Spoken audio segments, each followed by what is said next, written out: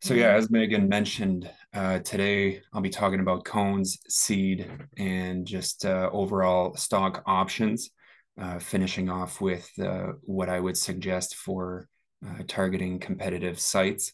I just want to, before I start dipping into these topics, I want to make sure that everyone knows I'm not an expert. I'm a jack of all trades, but I really am not a master of none. So yeah, just bear with me as we go through this. If you have any questions, I'll do my best to answer them. If I don't know the answer, we have a good network at PRT. I have the ability to find out the answer for you.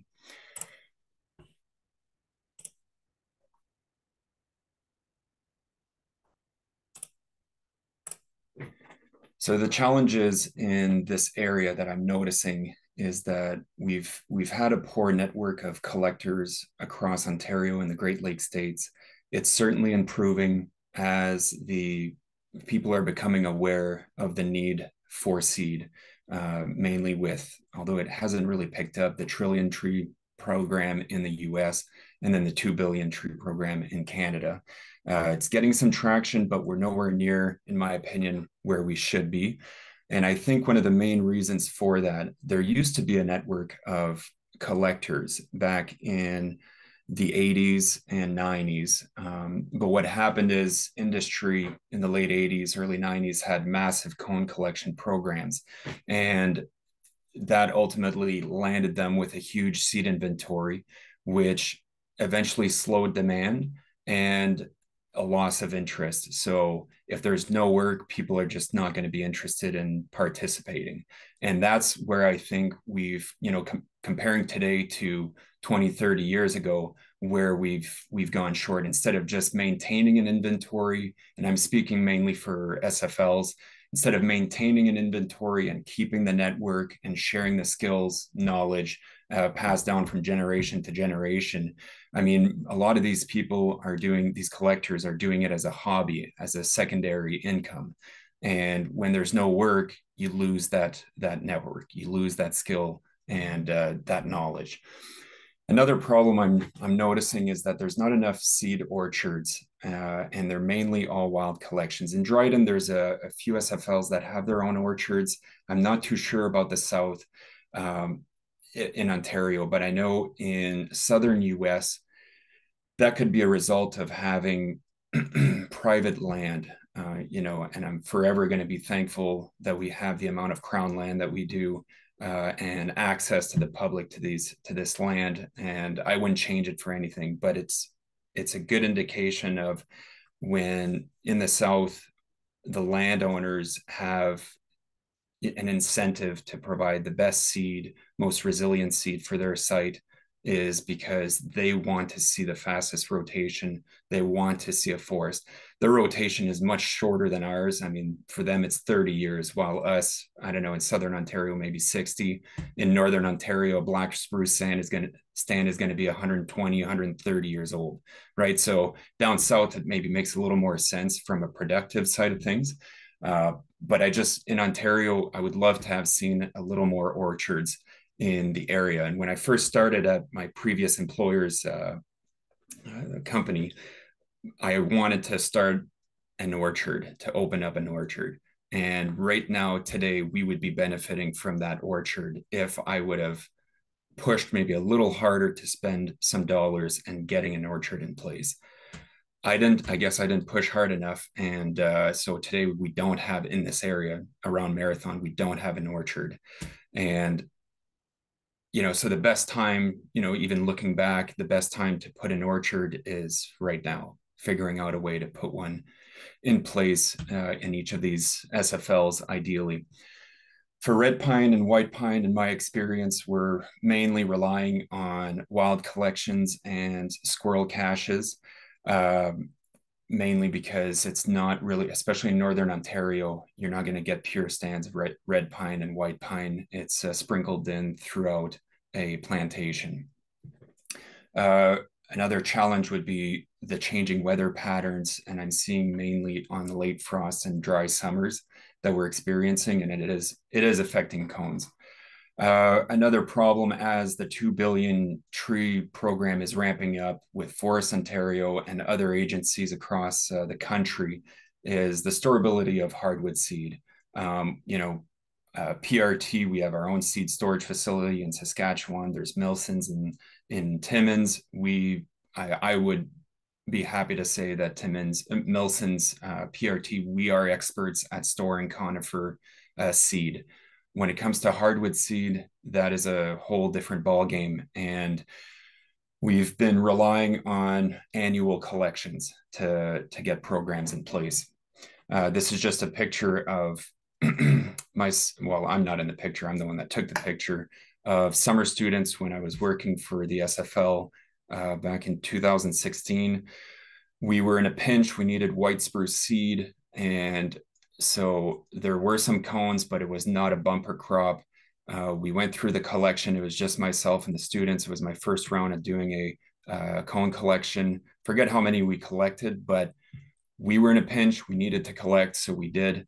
The total germination from the cones collected was 34%. So in a pinch, when needing seed, it's not always the best solution to just go and collect, especially for white spruce. You need a bumper crop to have viable seeds in your seed lot. Priority for PRT, selfishly for myself, would be red pine.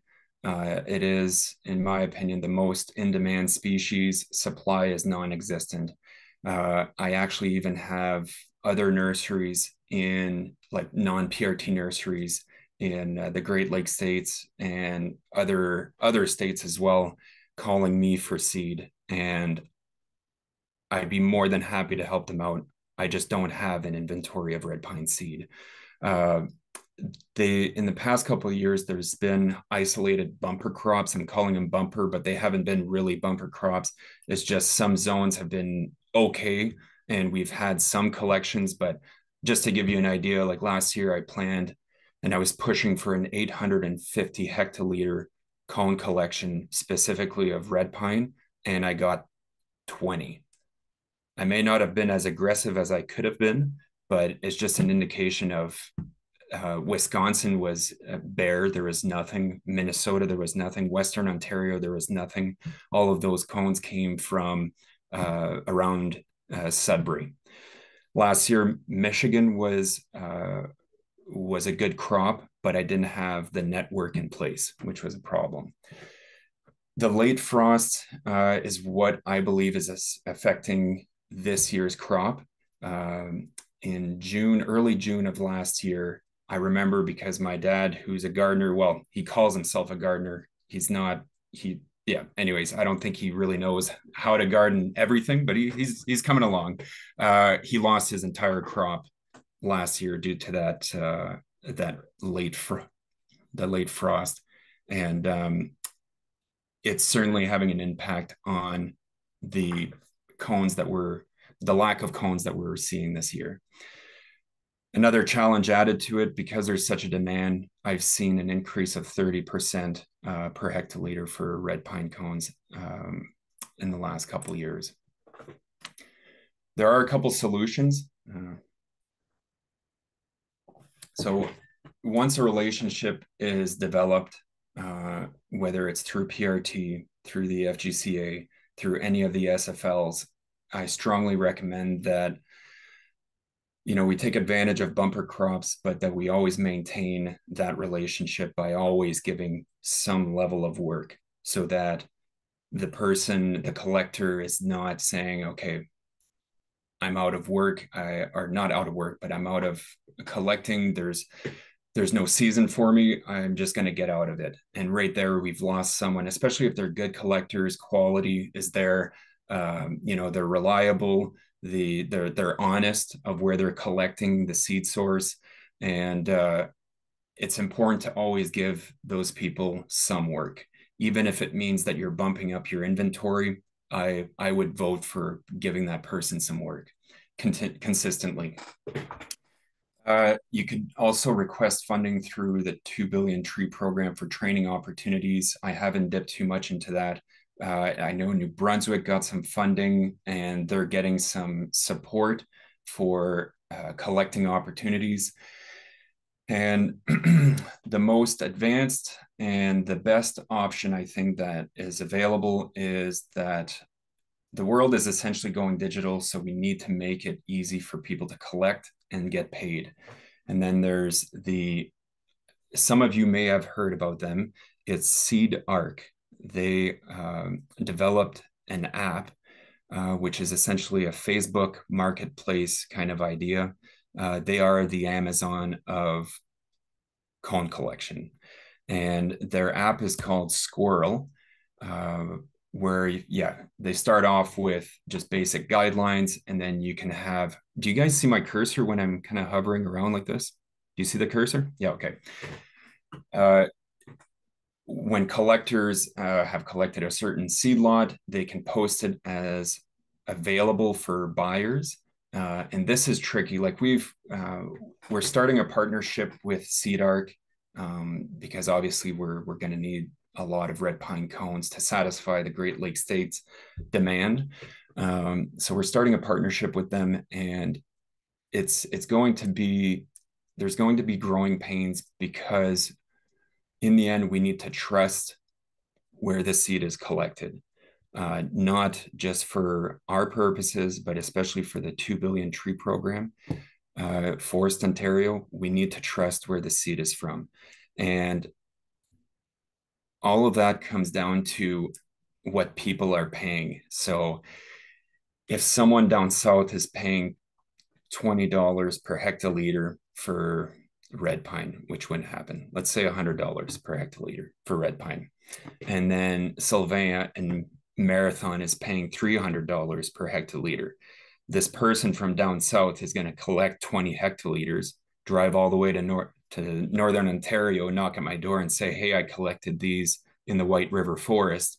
Can you pay me $300? And I'll have nothing to go by. So it'll come down to pricing. In my opinion, pricing will have to be some sort of we'll have to have some sort of consistency, or maybe a radius around this collector's address, just so that we make sure and we have some way of calibrating, making sure that that seed is from that specific seed source. That as we get into afforestation and overall reforestation with assisted migration, we're going to need to trust that seed source. You're also able to post what you need in this app. So seeds in demand. And this is just an example of, we posted needing 100 kilograms of red pine seed. No one's shown any interest. We haven't really pushed it out yet. In the next couple of weeks, we'll see a nice a PR session, and we're going to be pushing through Facebook Marketplace, and hopefully they don't block it as a scam, but we'll be really putting some effort into getting some collectors. We do have at PRT, unfortunately not in our area, we do have some PRT and IFCO owned orchards, and the focus is balanced, is a balanced approach of desired traits. So tree form, productivity, saw timber production potential, disease, pest resistance, and adaptability. I don't have climate in there, but that's one of the balanced approaches.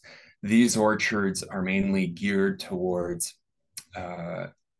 southern US, where I see there's a little more preference towards productivity to reduce that rotation window.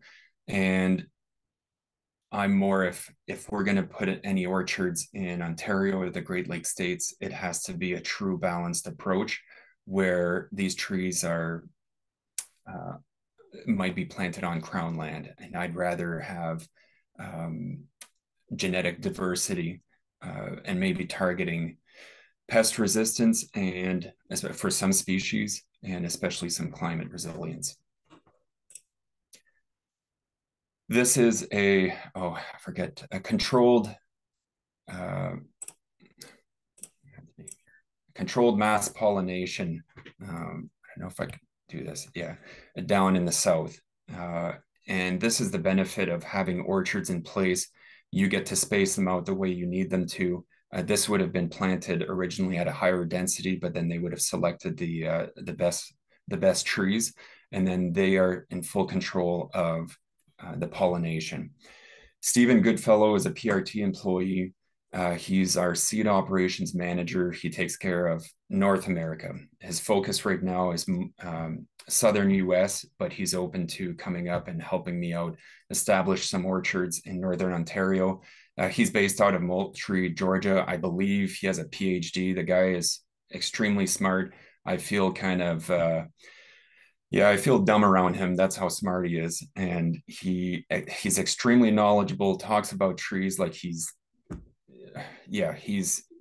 very impressive. He's an asset to the company, and he'll do some really good work. So when I do have plans of bringing in red pine orchards, possibly at our Dryden facility in Ontario, and I'm absolutely going to involve him in the planning. And these are just the middle picture is a training opportunity they had down in the south. And then here is when they're actually doing the collections, or this may have been the actual pollination.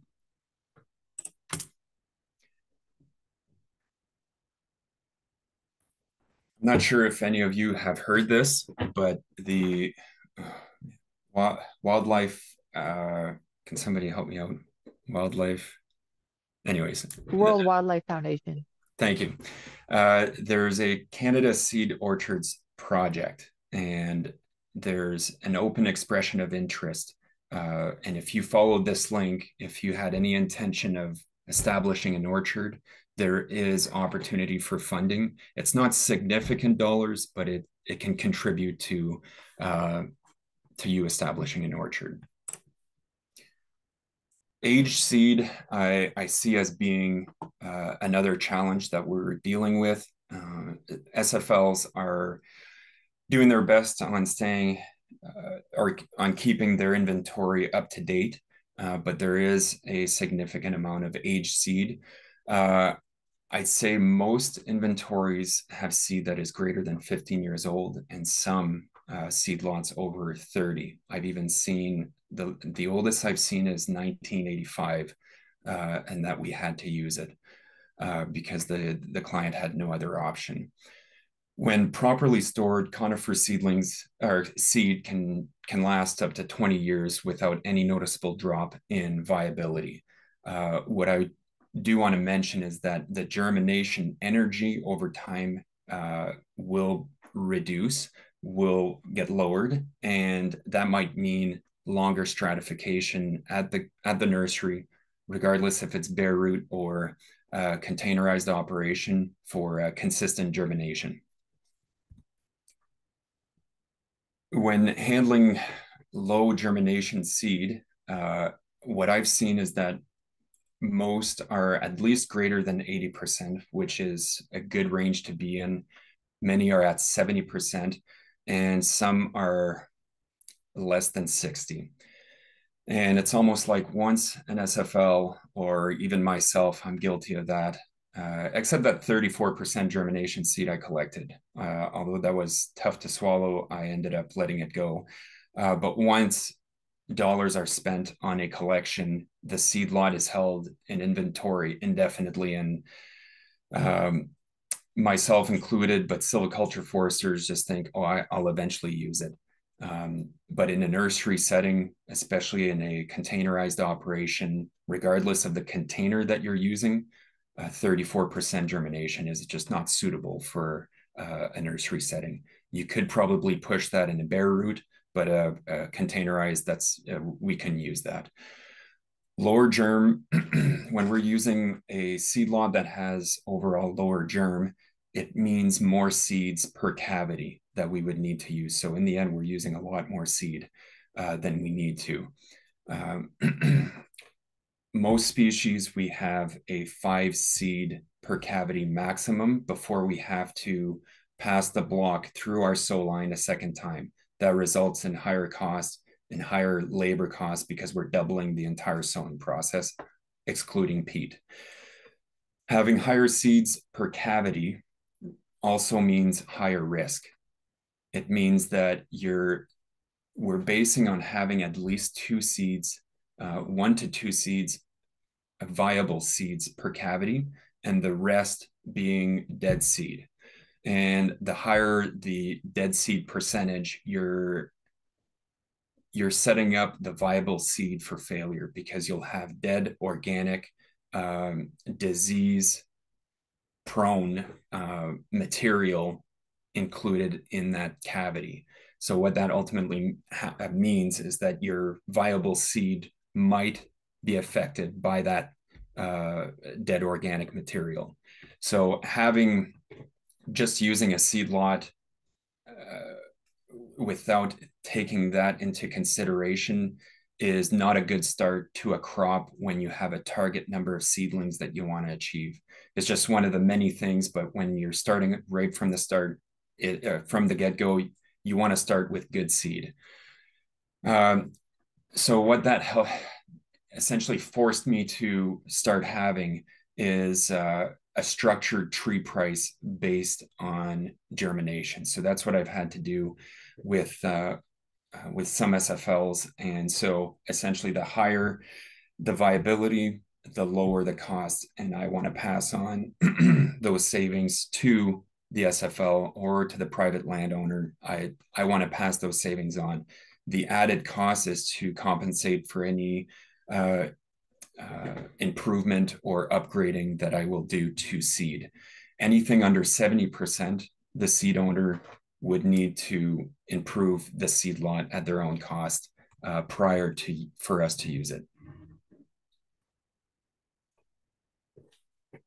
The solution to having low viability seed is the only one that I know of is Haveman Brothers in Kakabeka Falls, just outside of Thunder Bay.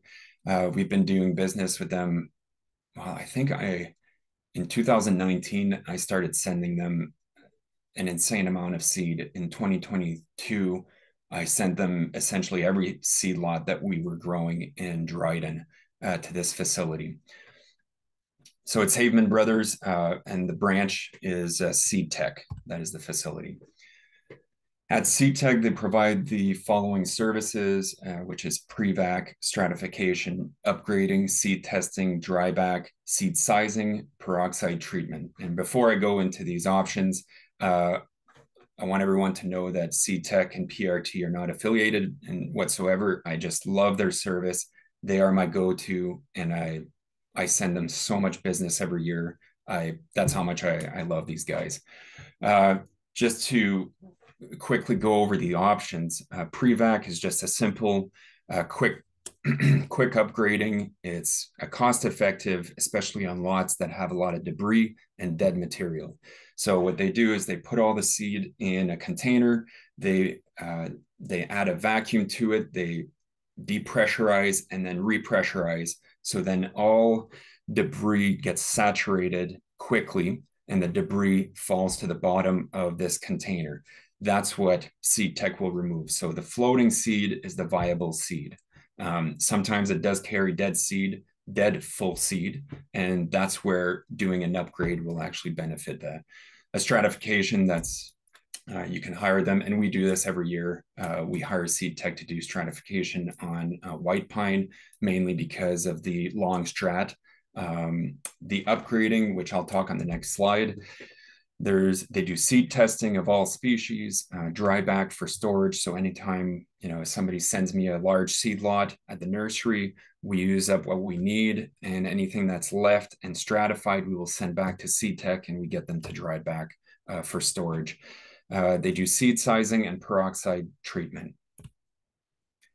This is their baby. This is the most important tool and piece of equipment that they have. This is what they call the IDS upgrading equipment. So I'm just going to go through the steps real quick. What you can do is combine small seed lots, and we did that for an SFL this year. We combined 5 white pine seed lots. They were small, and 5 white or red pine seed lots because they were also small seed lots. And the reason for that is that this piece of equipment, every seed lot, there's a phase of needing to calibrate the equipment based on the seed lot. So there's almost, it's not wasted. The seed is still there, but there's a sacrificed amount of seed up front to make sure that the tech, which is Karen, can properly calibrate the piece of equipment. So when you have a bunch of seed lots, you can't just grab a small seed lot, get it upgraded. You need to have a significant amount, and anything less than 1 kilogram of seed is challenging. So that's why the rates are a little higher for seed tech.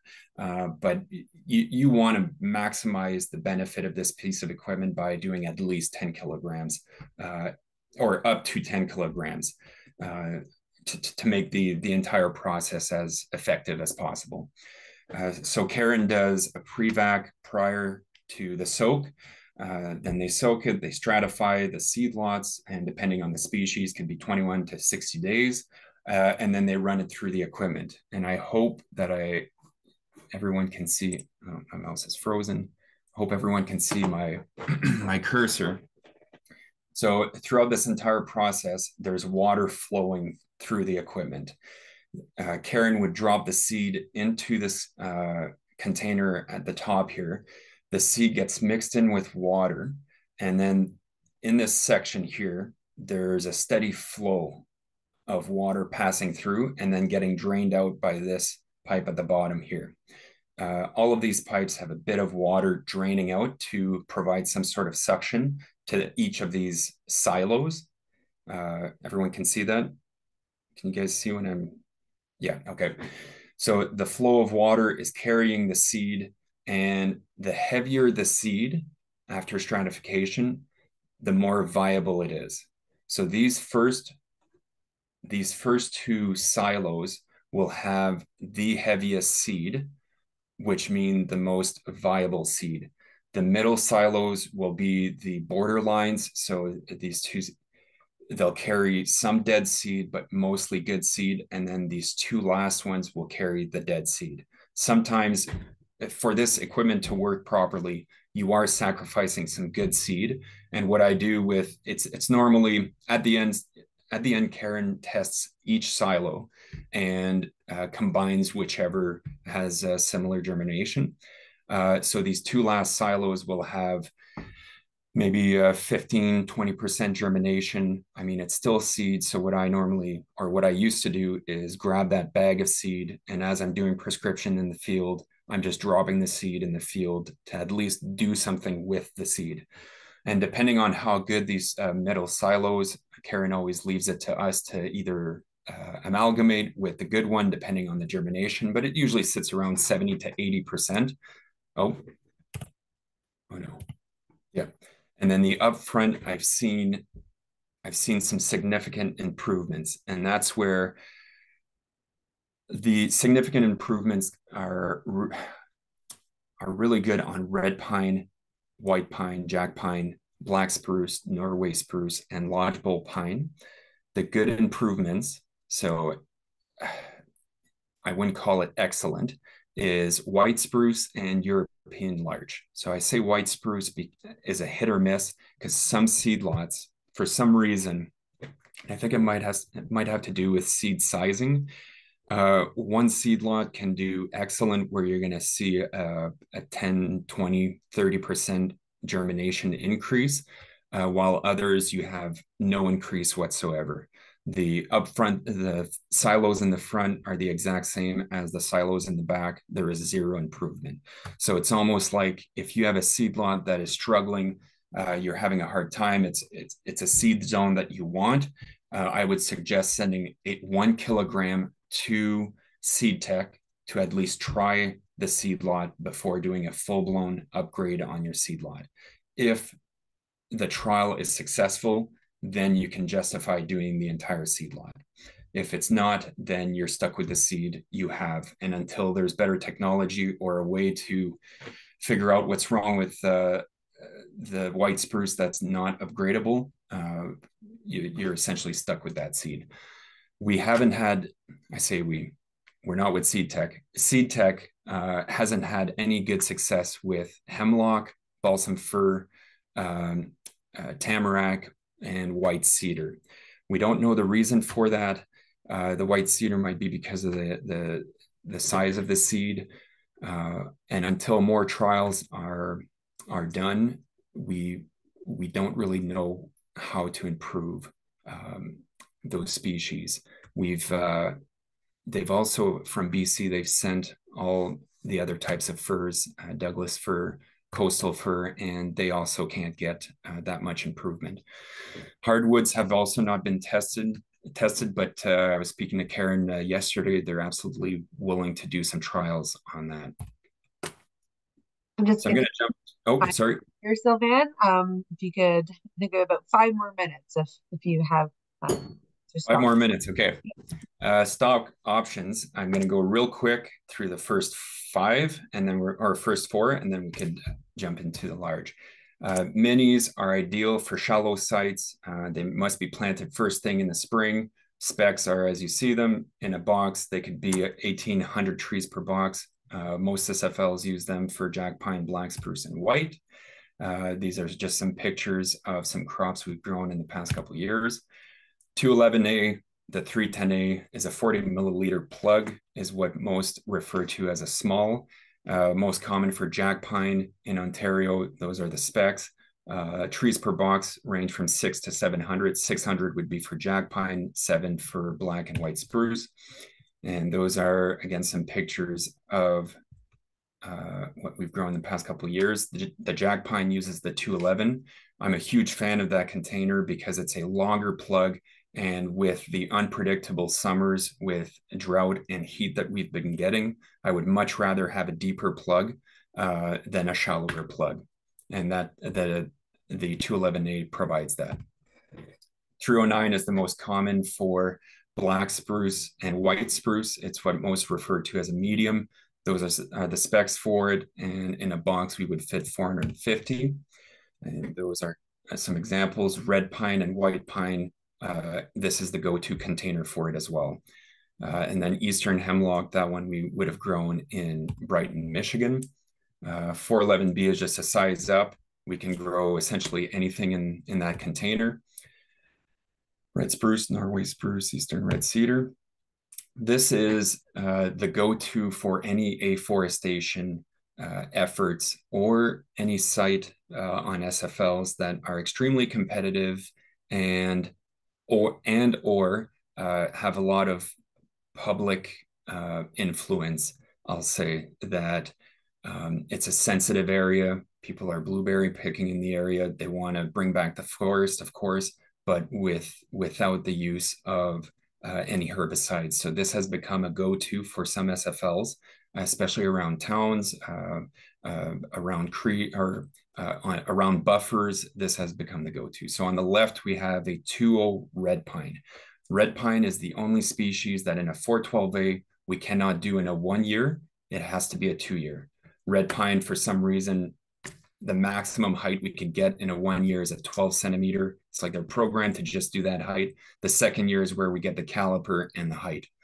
On the right, we have yellow birch that has in a 412A plug that has been grown in Brighton, Michigan in a 1 year. These are also 1 year examples of crops that we're growing for Forest Ontario. These are a white pine, and those are the measurements. So those are white pine on the left, white cedar in the center. We can grow essentially all species in all of these containers. I'm just showing 3 pictures just to not flood the screen with images. And then on the far right is tamarack. This is the 515A. Sorry, let me go back to, this is the most common, the most cost-effective option for maximum establishment potential and survival against competitive species. So I say cost-effective because other than the red pine, we could grow it in Dryden. So shipping is significantly lower than when we grow it out west for our 2.0 options. That being said, the 2.0 option is a beast. It's the step right before going to a nursery and actually buying a tree versus a seedling. We can still ship these in large quantities in a box.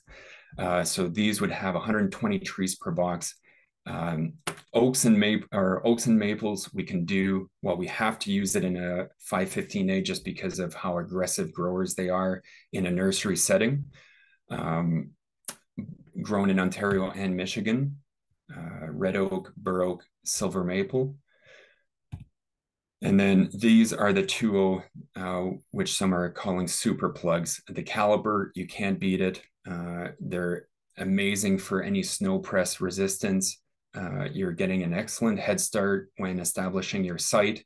The target range is 35, the target measurement is 35 centimeters with a target caliper of 6 millimeters, but we've overachieved that almost every year. We sometimes get almost 8 millimeters.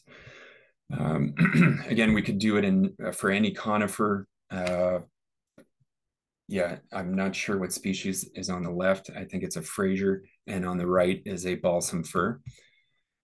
So balsam fir, this is a Fraser fir, Norway spruce, and then a white pine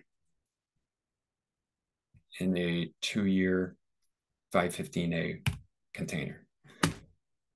I made it. Any questions?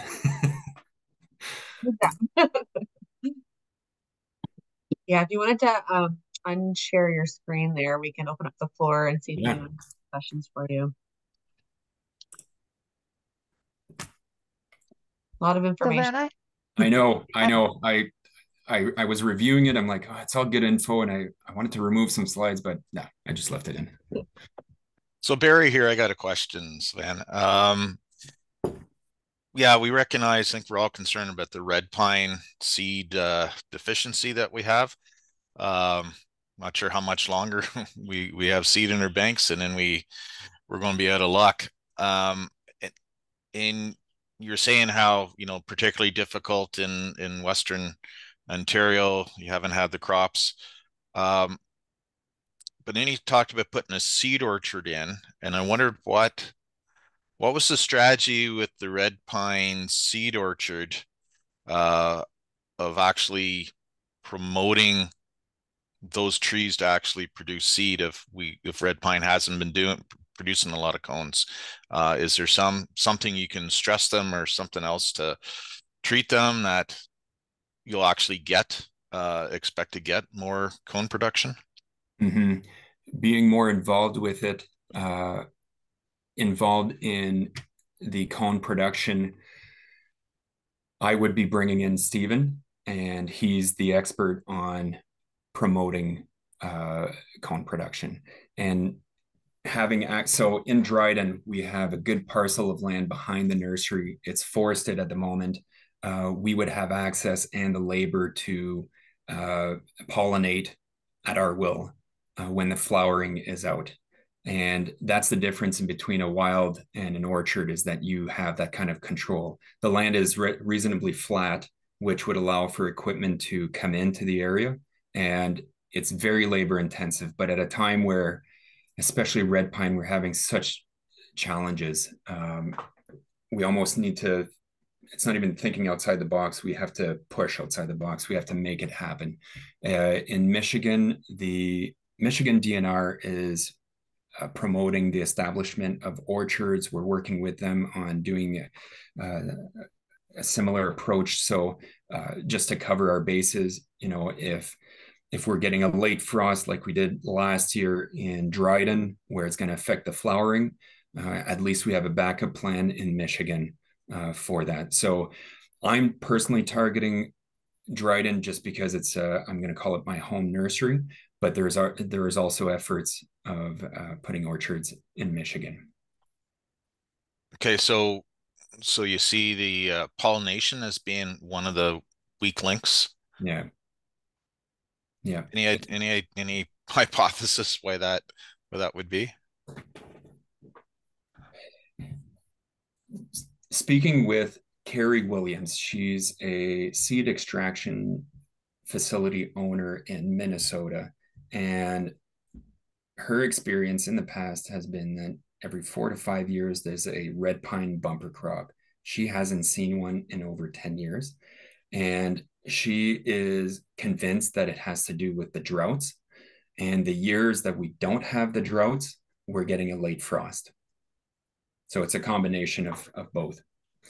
With, again, going back to an orchard close to a site that we have irrigation, we have labor, drought can also be controlled by running some lines and allowing the red pine to kind of focus on cone production versus survival in those droughty conditions. Okay. Thanks. That's okay. That part makes sense for sure. I kind of one little question about the orchard situation is you have people that are have the experience in that to, do the grafting of scions and all that kind of good stuff. Stephen is, yeah, I believe he has a PhD in that stuff. The guy that I had posted on earlier, yeah, he's going to be heavily involved in any orchard establishment. Okay, great. It's good to know there's somebody who has that skill set because it has been done quite some time here. Okay, thank you. I'm gonna pipe up because you're on a FGCA call, Sylvain. So I'll pitch the FGCA too that we do all of that stuff down here. I know you guys have your partnership, but just so you know, maybe it's something we could talk about. But like on your point about red pine, like you and I have had this conversation. There's many other organizations that are on the hunt for red pine, and we have seen that poor seed development, even though there are these big crops, like the poor seed development is a consistent thing. And so, we're even training collectors to let them know that what you would expect in a cut test is actually lower than what we've seen, in the past 20 years in terms of results. And in Ontario specifically, like we can trace back even 15 years plus now that we haven't had a bumper crop or a good crop of red pine. So I do think there's some level of coordination that could help with some of this. Like I know like seed orchards is a tool that we could use, but like there are so many organizations that are having trouble with red pine that if there was a bit of a concerted effort with existing forests, like in Southern Ontario, we have these agreement forests, the municipal forests that have significant quantities of red pine proven for performance on the sites. We don't have to worry about genetic diversity really with red pine. So, if there was a concerted effort to do a big collection of red pine, we'd obviously have to collect way more than what we'd expect. But there could be even a temporary, maybe that's a kind of a band-aid solution for the part of the problem, but there's something there. I think so, but it does take something to take advantage of, like especially in Southwest Ontario, like they're taking out red pine plantations left and right because it's moved obviously more to a focus of more diversity and going back to hardwoods in the Southwest Ontario, and they're to them red pine is just like get rid of it, and I'm like like somebody should be like they're like it's a waste, like let's just take it out, and so it's being taken out left and right down in Southwest Ontario because it's not deemed viable, like it's there's no timber focus in most of these areas, so they're just taking it out. So yeah, I've kind of looked around and been like, somebody could be getting all that seed coming off of those dead seeds, but yeah. All right. Do we have any other questions for Sylvain? We'll share your contact information if you're okay with that afterwards. If there is any questions that come through, we can get you in touch with folks. But maybe we'll leave it there with you. So thank you so much for your time. We really appreciate you hopping on this call. Yeah, if you have any questions for us, let us know. But I think we'll likely be in touch with you more in the future. Very good. Thanks well, thanks. I know you're busy, everyone. So yeah. Thanks, Sylvain. Bye-bye. Bye. All right, so I think we only have a few minutes, eh, Meg? Yeah, just a little bit of time left. Okay. Do you want me to just go right ahead? Yeah, go for it. Yeah. Okay. All right. So I know we don't have everybody in the call, and this next topic, I think it's important to chat with everybody. So I'll do kind of a sort of an introduction of what I want to talk about, and I will probably follow up with an email because I think some of this stuff will need to move before our next meeting, our next scheduled meeting. So funny, Sylvain talking about some of the seed orchard stuff, and obviously we're trying to make leaps and bounds here in Southern Ontario to support you folks in terms of seed orchards and that sort of thing. But our focus as of recent has been sort of the white pine seed orchards and what we need to do, actions we need to do for renewal of these orchards and management of these orchards now in our new economy and that sort of thing. But I've had a couple conversations with folks at the M&R, and you all, some of you may know Ernie DeMuth. And I don't remember what his role is now, but I know he's part of the audit program. Maybe Barry, you would know better, but I think he's part of the audit program. But I chatted with him a little bit about the white pine seed orchards because he had experience when he was with Bancroft managing them. And we were talking a little bit about how can we better describe what these are and the roles they can play, and how we can link it a little bit better to the FMPs, how potentially the southern orchards could be better referenced or linked into the FMPs so that there's some kind of tie between the southern orchards and the work that you all are doing. So he and I had a bit of a conversation about it, but I guess I'm interested to hear if you all would be open to, FGCA and maybe Ernie or someone else in the M&R sort of developing some copy, like words around what their role is, what they could be, and their use for the SFLs, and then the connection to the southern orchards that could be implemented into your FMPs to better describe what they are and the purpose that they serve. So I guess it's a question out to you is, are you comfortable with the FGCA helping to do that? And is it something that you would be happy or concerned about incorporating into your management plan sort of when you do that renewal or when it comes to redoing the plan? My first reaction, Carrie, on that is no concerns whatsoever. I'm not sure what more connection, what that will achieve. Already the forest management plans has a spot for it. There's reporting for that's required to be done. We identify them as they get specially identified. They are unique features on the landscape. Really comes down to what we are and aren't doing with them. So more of a connection written in a plan. It doesn't hurt, but I don't know what it's going to help. Some of it is not just like the orchard that may be on your land, but the other orchards and the connections that they would have. Like Cayuga specifically, showing that it has value to you, because right now there's nothing really like clearly written that those ones have value to the SFL. So some of it's a little bit of a showing on paper somewhere that they have value, just with the way the M&R is and things go, and when we're in this process of trying to sort of show that these things have value and we're wanting to install more seed orchards, we kind of need, like, having something kind of written in paper is helpful. The other aspect too is sort of for certain SFLs like AFA, doesn't necessarily have the ability to use Cayuga right now without sort of going through a specific approval process, right? But if these things are sort of integrated into the FMP, it's sort of just, yep, you're good to go to use these seeds. So that's kind of the other aspect as well. But yeah, I think it goes with the, with the movement of seed and adhering to all the other policies, because we don't, the plan doesn't,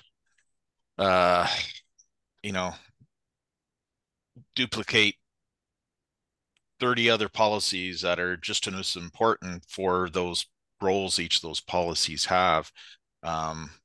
Again, no issue if you want to say, hey, it's important that we get some seed down, but it wouldn't have much value. Like, it's not going to, something's written in some forest management plans, let's fund it more, let's provide some more support.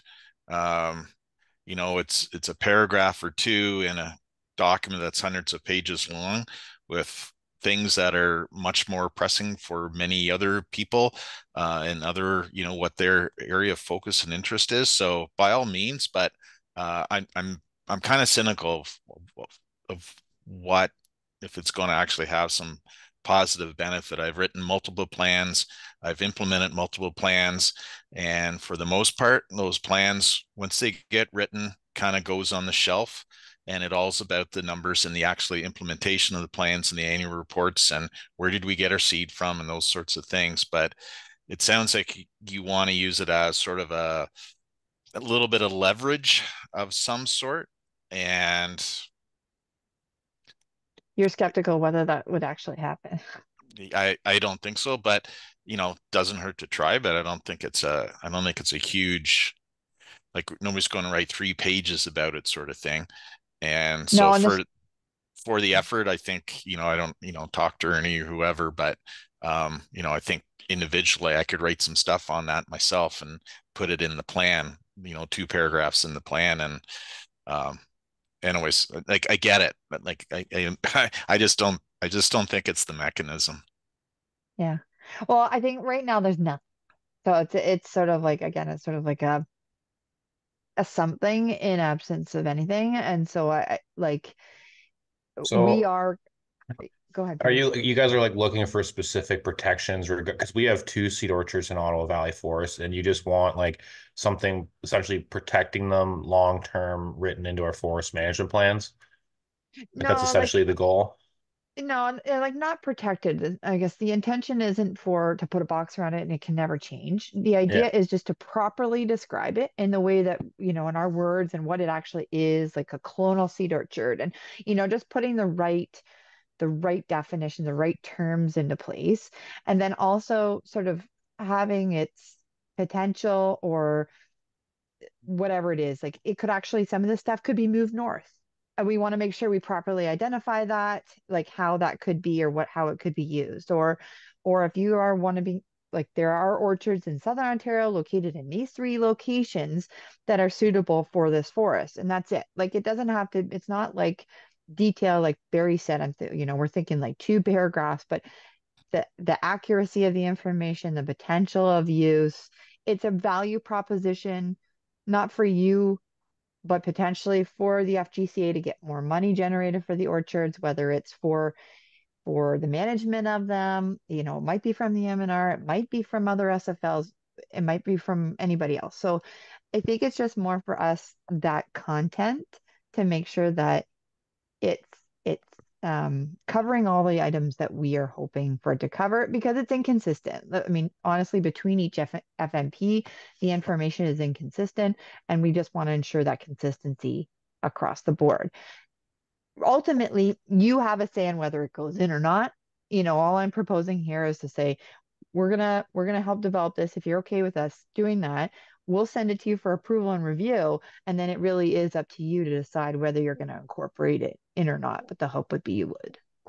And especially those southern ones, like it's actually more of a concern with some of the southern ones that are outside of your individual territories.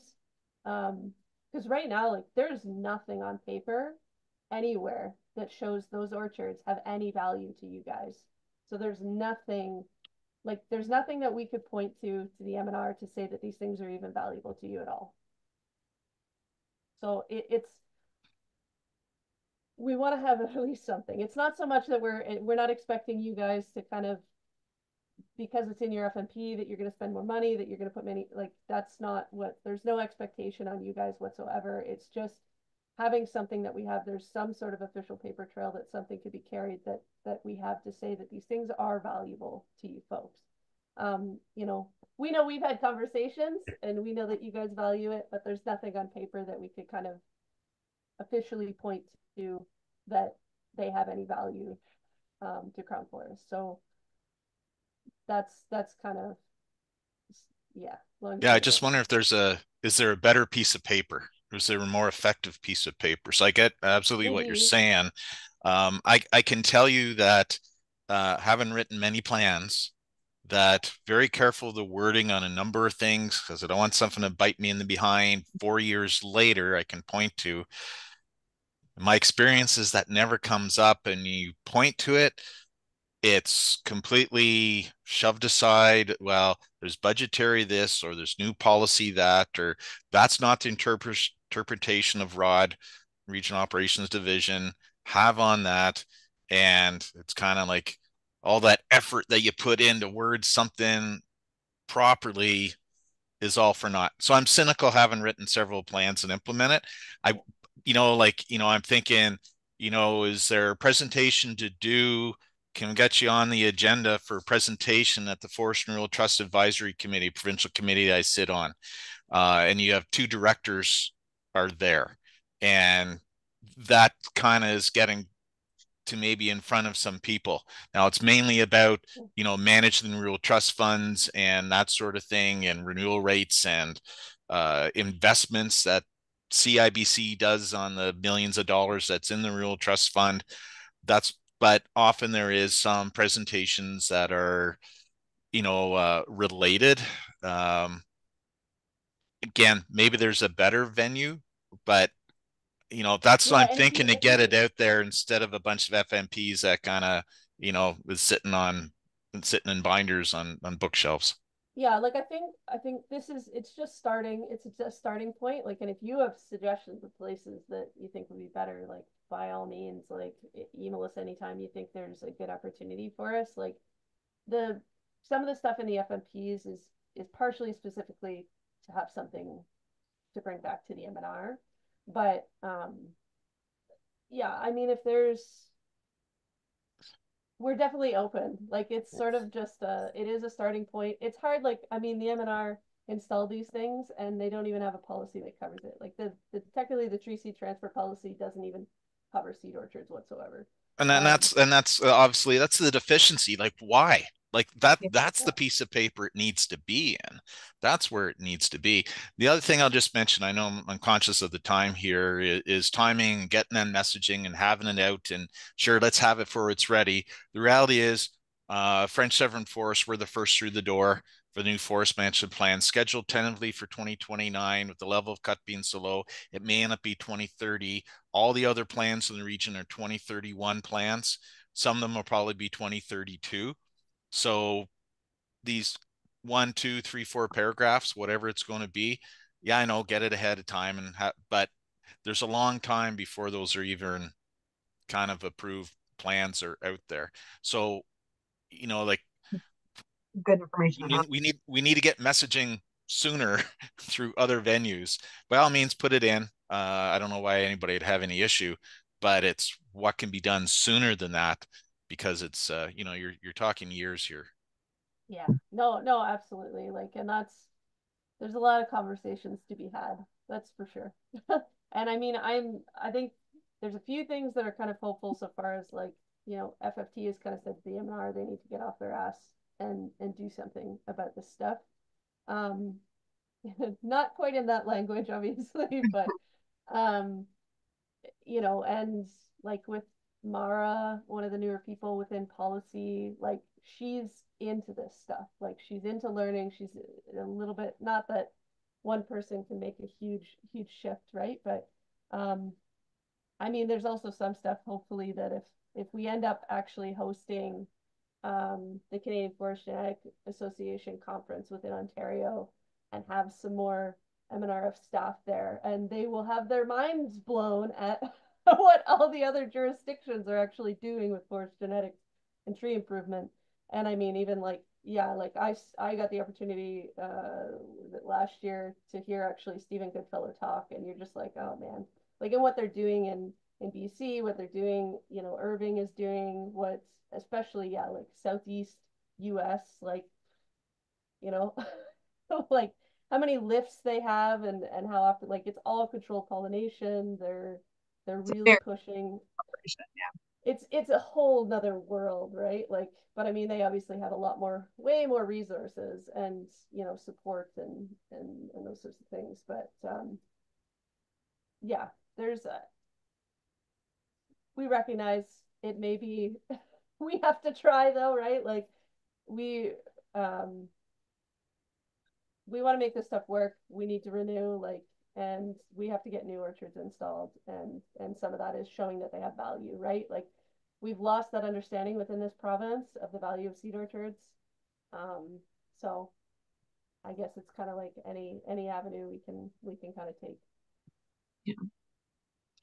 Well, and I think Carrie will still follow up with the other folks too, but that was a lot of good points, Barry. And I think the point about the timeline for the next plans is something that should be talked about, because there is a really big gap where we could do other things in the time. And you're kind of concerned about getting like pigeonholed or some wording in the plan that might bite you in the ass. Like, again, they'll provide something, and I think it's something she'll work with Ernie on, with Carrie and Ernie and Kristen. And if there's anything you don't want to see, like, let us know. If there's wording that you're thinking, that's not. I mean, mostly it should be the opposite of limiting. It would more be like you have more ability to freely use things. No, I just want to clarify, folks. It's not that I'm worried about what you guys are going to write. It's going to bite me in the ass. I'm saying in past plans, I've written things nothing to do with, like, absolutely nothing to do with this. I do wording on that because I see something maybe bite me in the butt down the road, as there's a new forester or a new somebody in region that's trying to make a name for themselves. And I put that in, and the reality is, putting it in later on, it gets steamrolled by new policy, new people, interpretations by Rod. Talk to any SFL, and that's the biggest concern, is interpretations by Regional Operations Division on things. So I'm not saying I'm worried about this biting me. I'm saying other things I've done to promote or to get away, it just hasn't been effective. Yeah. And it doesn't hurt. Right? Like, this is why we wanted to talk to you about it, because we don't want to do these things and just say, put this in your FMP and think it's going to be the magic wand. Like, there is some things we're hoping it'll be some positive, connection to the seed, and something like Kristen said we can point to, but yeah, like, we need to hear this stuff too. So you're the ones writing the plans, you're the ones implementing. A lot more stuff is going to be like, it's almost educating the M&R on a lot of stuff. Is what we're going to have a process in the next couple of years is going to be with some of the stuff. I don't know and it just came to mind, there is, the Forestry Futures Trust has very specific terms and limitations, but they do revisit their terms of reference and stuff like that, and having a discussion with some SFLs, but you folks too, Forestry Futures Trust Committee, because maybe there's an opportunity there for funding. I mean, that's like that. Maybe right now it's probably outside the scope, but maybe I've asked them about some other things that in the end didn't work out, but there seem to be some cracks open. Again, nothing to do with this, that maybe they would consider something. And I think there's, with the climate change situation, you got southern seed orchards, and, is there a way of investing in a southern seed orchard that makes forestry good in the area of the undertaking? Because that's important, because that's who's paying into that forestry future, not your private landowners south, not your conservation authorities, but it's the SFLs, the industries working on the SFLs, paying into that forestry futures 52 or 54 cents per every cubic meter cut in the province of Ontario. That if there's benefit there, that would be a route I would be certain opening up that discussion with, if you haven't done it already. Yeah, there is, through this sort of between each of the genetic associations, Forestry Futures Trust have been developing that sort of new plan for forest genetic resource management. But this is partially where also with those conversations, that FFT is more putting pressure on the M&R to step up. I think they're kind of expecting the M&R to step up on some of this stuff. They don't necessarily feel like it's their responsibility, I think. But they might be open to it in the future, but they also then have like 3 genetic associations to tend with, of not, making sure that they're divvying things fairly. But the positive thing you have here is you got the climate change story a little bit better in that situation, where other people, aren't going to be taking they may take from a more southern orchard within the area of the undertaking. Yeah. The other thing our renewal report shows that like a lot of your guys's orchards are going to be very applicable to sort of northeast in particular, but northwest a little bit too for the future. So yeah. The other thing I'll mention to the group, and you probably know this, certainly the SFL folks on the phone do, but you know, industry is in an absolute crisis. Worst in my entire career. And I shouldn't say especially in the Great Lakes St. Lawrence, because I don't have the knowledge in the north to say something different, but it's bad. It's really bad here. So one of the things that we're seeing is renewal rates being or renewal trust fund levels being lower. We have, I think, six forests in the province didn't meet minimum balance, at least a couple in this region. So what's happening is you know, our ability to, you know, contribute to these renewal trust funds, it's a big amount, and we just don't have the funds coming in. We can't just jack up rates. People are in a tough way. We have multiple mills shutting down, pulp mills. So now the situation is like, you know, if you had 80% of your volume went to a sawmill and 20% of volume went to a pulp mill, that 20% volume went to the pulp mill is going to throw X thousands of dollars into your renewal trust fund. Now it's sitting in the bush being left behind, which is a waste of wood and all that good stuff. But it's also all the renewal trust fund. It's not there, but the exact same amount of silviculture is required. So the SFLs, I think, are not going to be able to support some of these as we might have been able to do like 5 or 8 years ago.